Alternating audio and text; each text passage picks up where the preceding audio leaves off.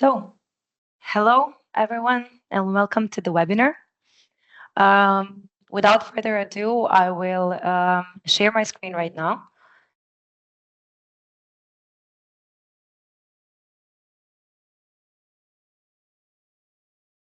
So, yeah, once again, hello everybody. My name is Georgia Radojevic. I am a member of ADOIT team.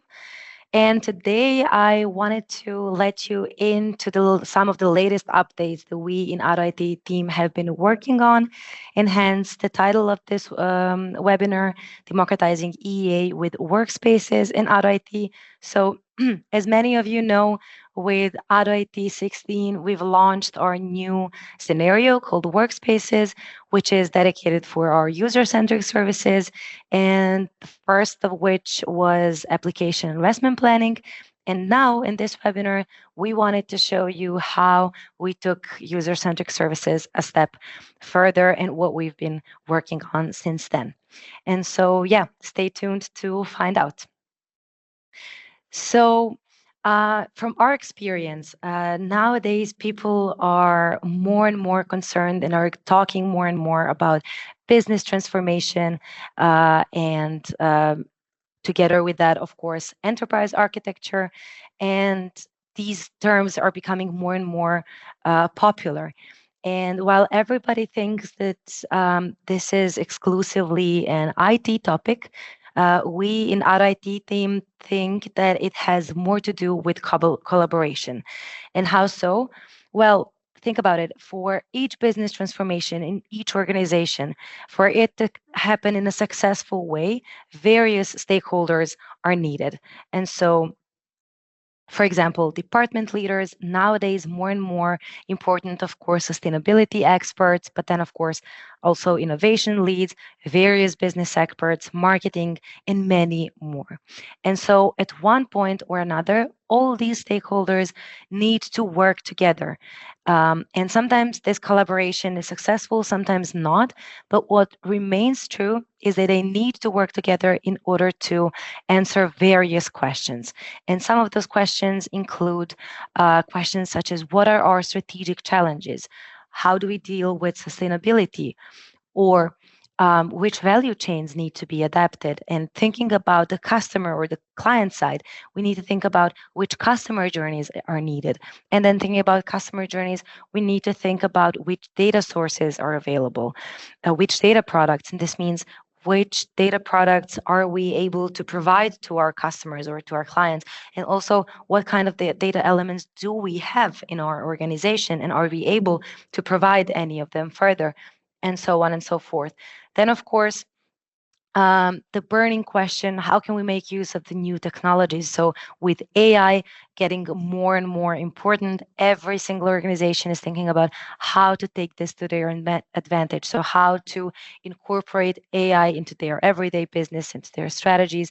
And then when we think about that, each new development, each new technology to application affects our application landscape. And this is why all those teams need to answer the questions such as how do the changes affect our application landscape, and what are the investment decisions that we need to take? So which applications we need to invest in, which of them we would need to retire because they are no more relevant or they are replaced with some other, or if we maybe need to migrate them or stuff like that. And these are actually the questions that we've designed our first user-centric service application investment planning for.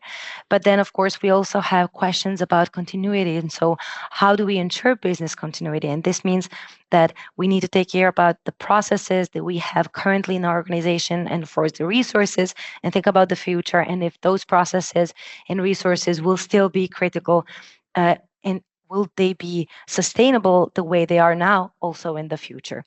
And so you see how many questions unrelated, like at first glance, unrelated questions coming from various departments can concern business transformation. And so this can get quite complex, which is why we need enterprise architects who act as coordinators here. And so what they do and the way they coordinate is they provide valuable and relevant information to each of those stakeholders that we've just named, But of course, they get information back from them because all those departments have their own areas of expertise and can provide valuable insights, which enterprise architects can then in turn make sense out of, and then, of course, redistribute um, along the organization and along the different departments. But for them to be able to do so, we usually need some kind of an operating model. And we in ADOIT team like to use capability maps simply because this is something that is easily understandable, easily relatable, and all departments give their 2 cents in it, and they can see how they contribute to the overall company success, so they can find the capability that they are helping to develop. And capabilities are nothing more than abilities of an organization, and of course each department has their own abilities, and with those fulfilling those abilities, they contribute to the overall success of an organization. And now you see how this can get very complex. And this is, of course, why we need tools such as ADOIT. And ADOIT uses standards such as Archimate.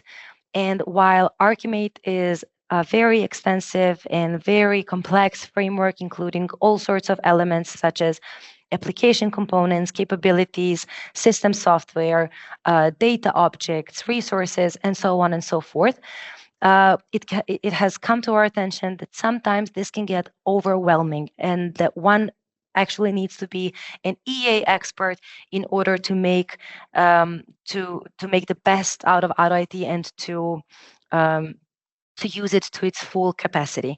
And so we realized this as a problem and wondered what can be the solution.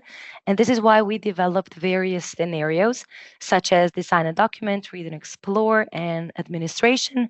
And so, as you probably know, design and document is an area where you can document all your artifacts, all your elements, such as the name, the application component, system software, and so on and so forth. And then you can make use of them by designing various models, conducting all sorts of analysis, making use of the insights features, analyzing the dependencies between the objects, and so on. Then, of course, we have the read and explore scenario where you can consume the knowledge that is stored in ADOIT. So consume the digital twin, as we like to say it, of your organization. And of course, we have administration where you can administer user rights, repository, do the repository management, and things like that. And this is all, of course, as you can tell, for EA experts and people who are familiar with ADOIT and Archimate.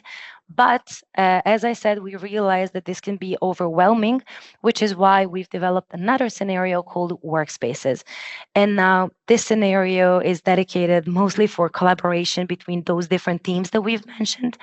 And how it does so is it has various use cases. So I mentioned application investment planning as the first one, and we are developing other very specific use cases that all fulfill one particular business need, and this can all be found in Workspaces.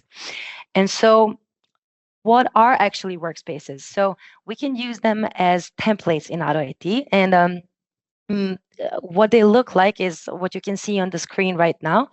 And how we wanted to take care of our beginners and non-EA experts is that we took a guided approach to this service.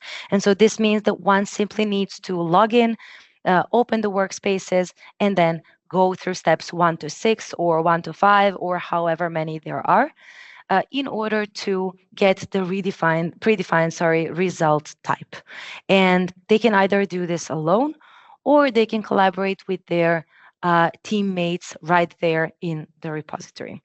Because we wanted to make it easy to use, we made sure that it has a simple language and that it's understandable for everyone. We made sure that it has a streamlined user interface, and that nobody gets intimidated by it, and that it's simply, even if you've never seen AutoIT in action, that you can make use of it right away.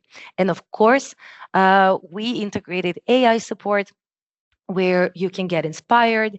For example, as you can see on this example, if we have a capability and you need to add some requirements, you're not sure which ones to add, or you just simply want to see what AI would suggest, simply click there and you'll get AI support.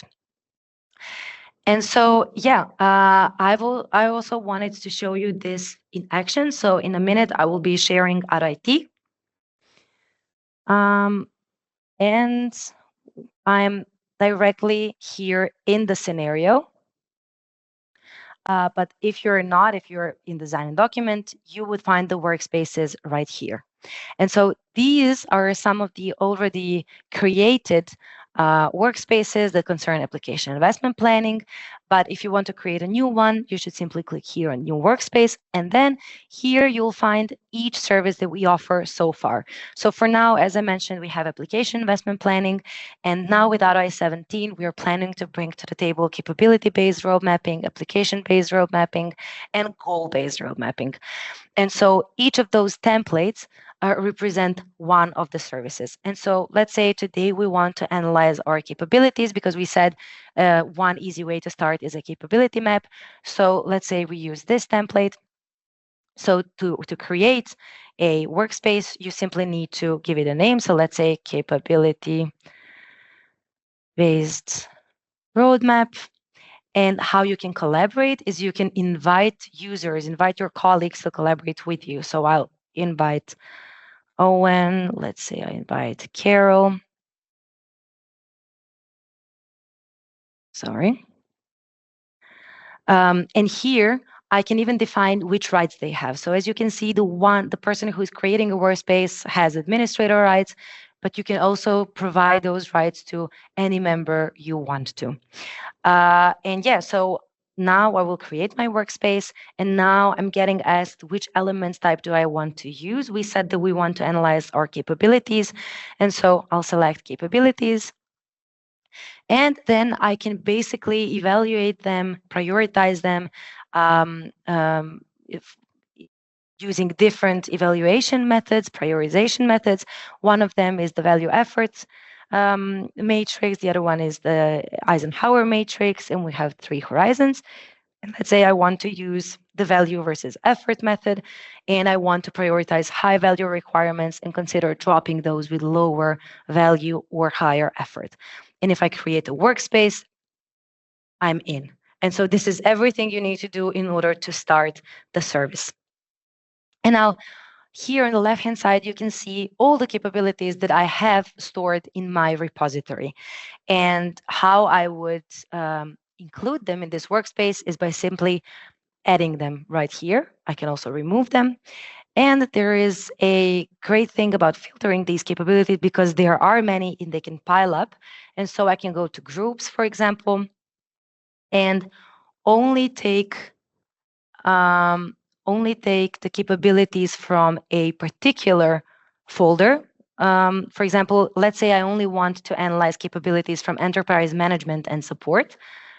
I would choose that and see now my choice is a bit smaller, and I have accounting, controlling, governance, risk and compliance, risk management, treasury, and that's it. And I can either add them one by one, or I can add them all by simply clicking here. And this way, I have completed my first step. Now I can click on next. And now I can see that I'm supposed to add requirements. So this means that I'm supposed to add all the requirements that need to happen in order for me to fulfill these capabilities. And I can see that some of them have already been completed. This one, for example, has been completed in Q1 of 2004. And this one has been completed in Q2 of 2004.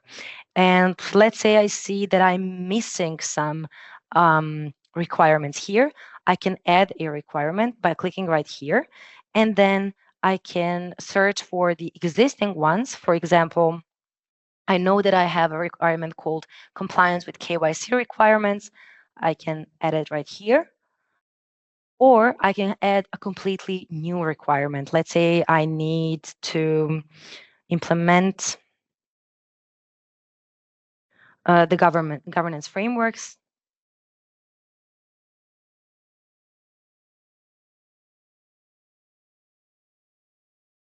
Okay, I already have it here. So this is what saves me from adding 2 redundant requirements to my repository. And so now I have three requirements for governance, risk, and compliance, where first I had only one because this was predefined in some other workspace or in design and document.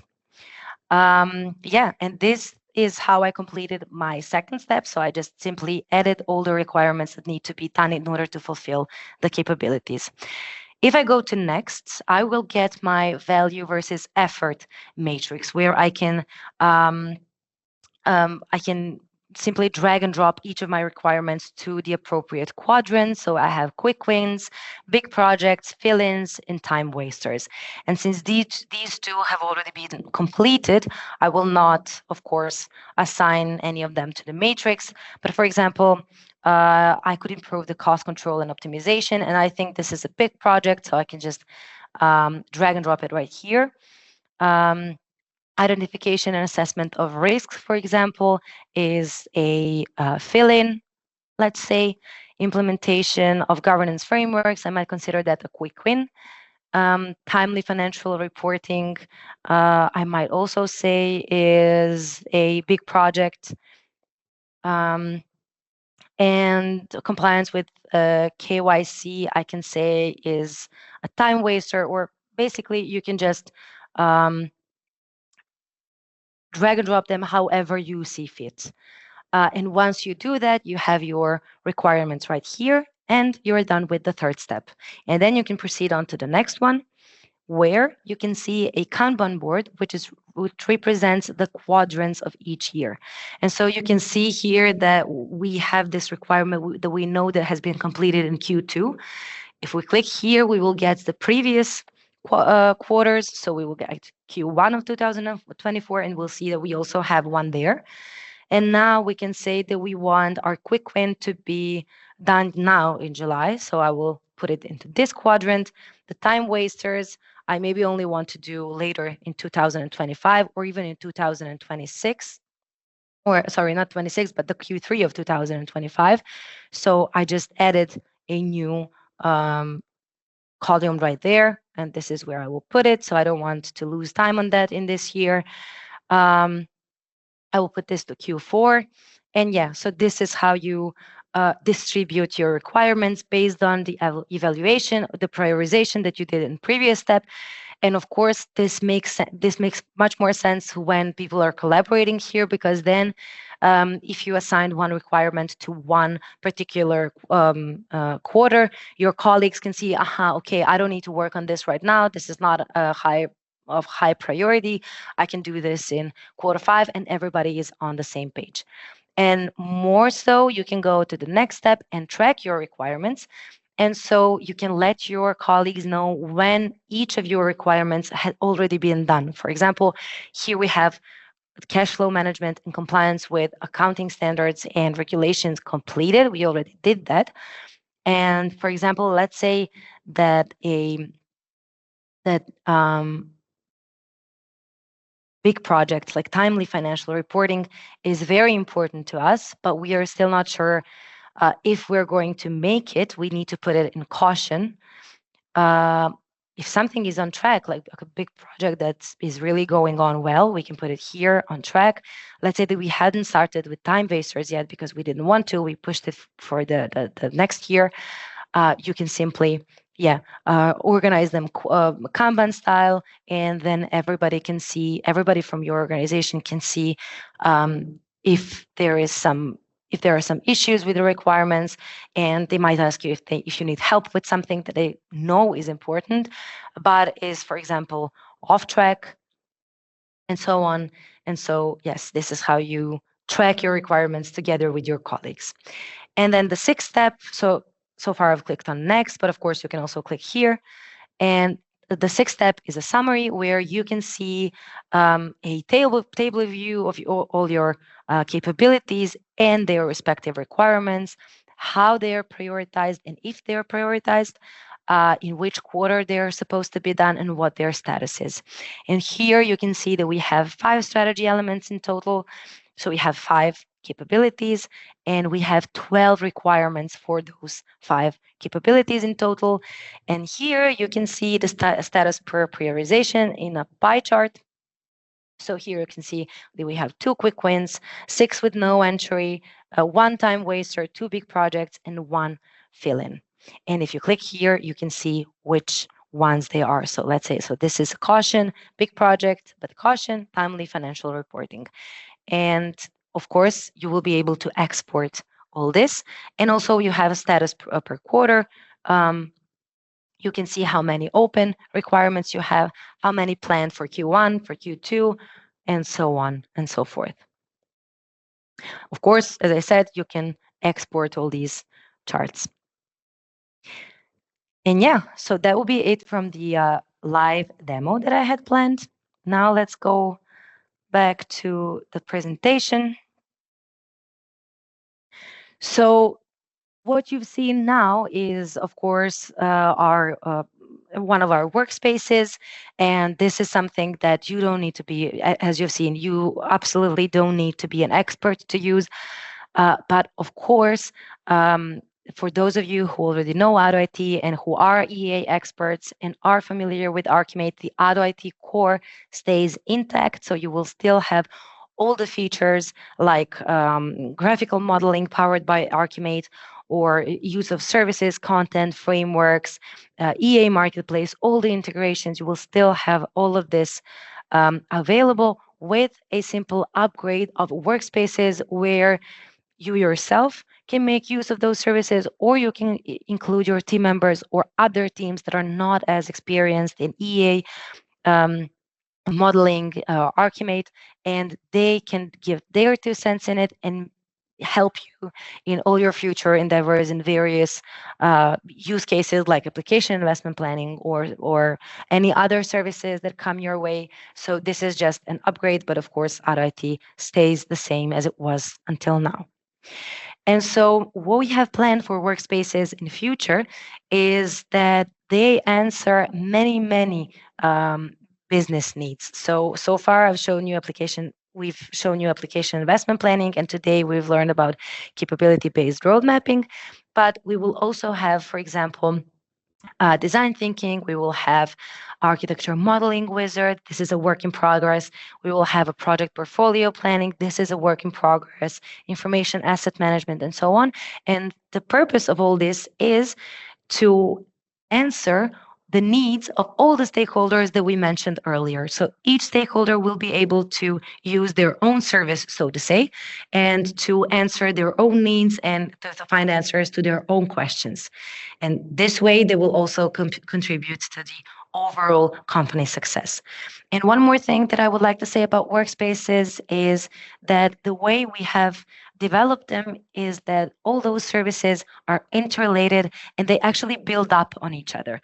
So what you've seen right now, for example, is a capability-based roadmap, but once we also have a survey-based capability assessment, you can make use of these two together, and you can start assessing your capabilities. And then once you know which capabilities are the most important to you, you can plan the roadmap for them and plan their requirements. And this way, you can move on to the project management, which is a work in progress, as I said, and then you've completed the circle of capability-based planning.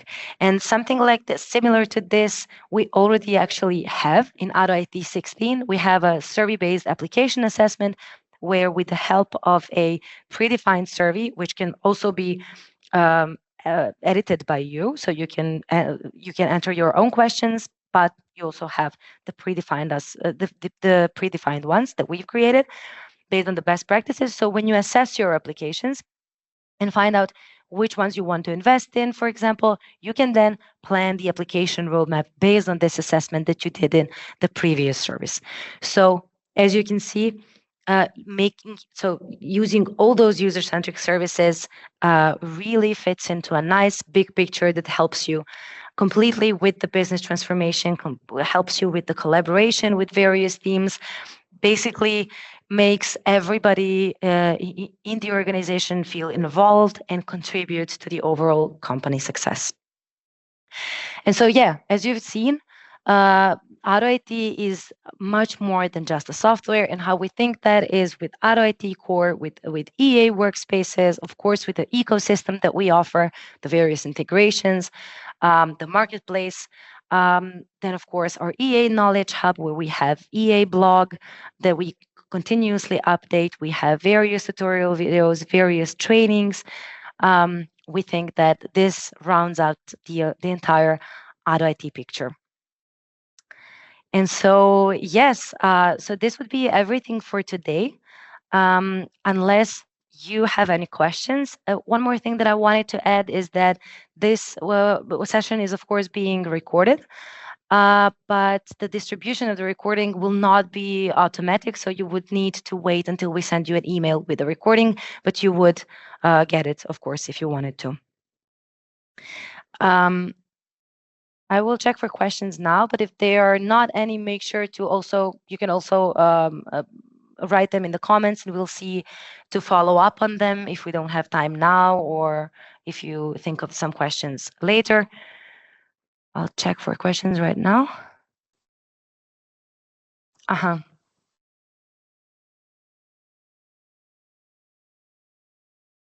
Do you think just one template could be fixed in a situation or in a case we should use mix and match? For example, in a way we are using Agile 80 scale, it is possible for an MVP just use capabilities, but in a high level, use different view.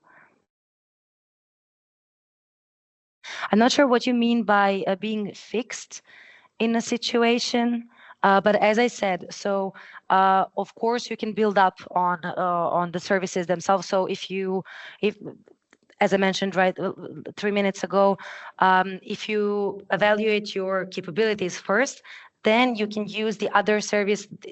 ADOIT remembers all the information that it got from the previous service, and it can make use of it in the second one.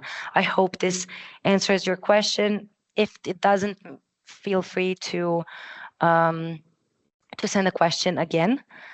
Regarding the priorities, it should be linked to the value which is created to the business. For example, in a quick win, we should link goals with low cost, low complexity, and low risk. You just done with the drag and drop without any auditing with the strategy and goals. How to handle that by fully aligned. Okay, so what you might have seen when I first started the actual demo is the strategic road mapping is meant for 3 different things. So you can either plan your requirements according to goals, or according to your capabilities, or according to your applications. So this is how you would do it. So you would go into goal-based road mapping in order to prioritize your goals. Do we have a planning for the release of these different workspaces? And if so, can you share it? Yes. So for now, those 3 road mapping services that I've shown will come to, with ADOIT 17. We do not have a fixed date yet, but I can assure you it will be this year. So stay tuned. And of course, I get my answer based on the last slides. Yeah, of course. I think those are all the questions. Thank you for your attention. Thank you for the questions as well. I hope I answered them all well. As I said, if you have any further questions, feel free to reach out to us. And feel free, if you're interested, to ask for a personalized demo, for which you can find the registration form on our website. Or you can also find it here. So if you want a personalized demo, you can just scan this QR code right here and get your free demo and reimagine your business potential. Yeah.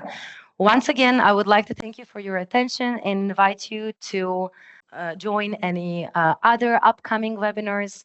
I hope, again, I answered all the questions, and I hope you will stay tuned for the next features that we come up, and I hope you like the workspaces and how far ADOIT had come. Thank you once again, and goodbye, everybody. Have a nice day.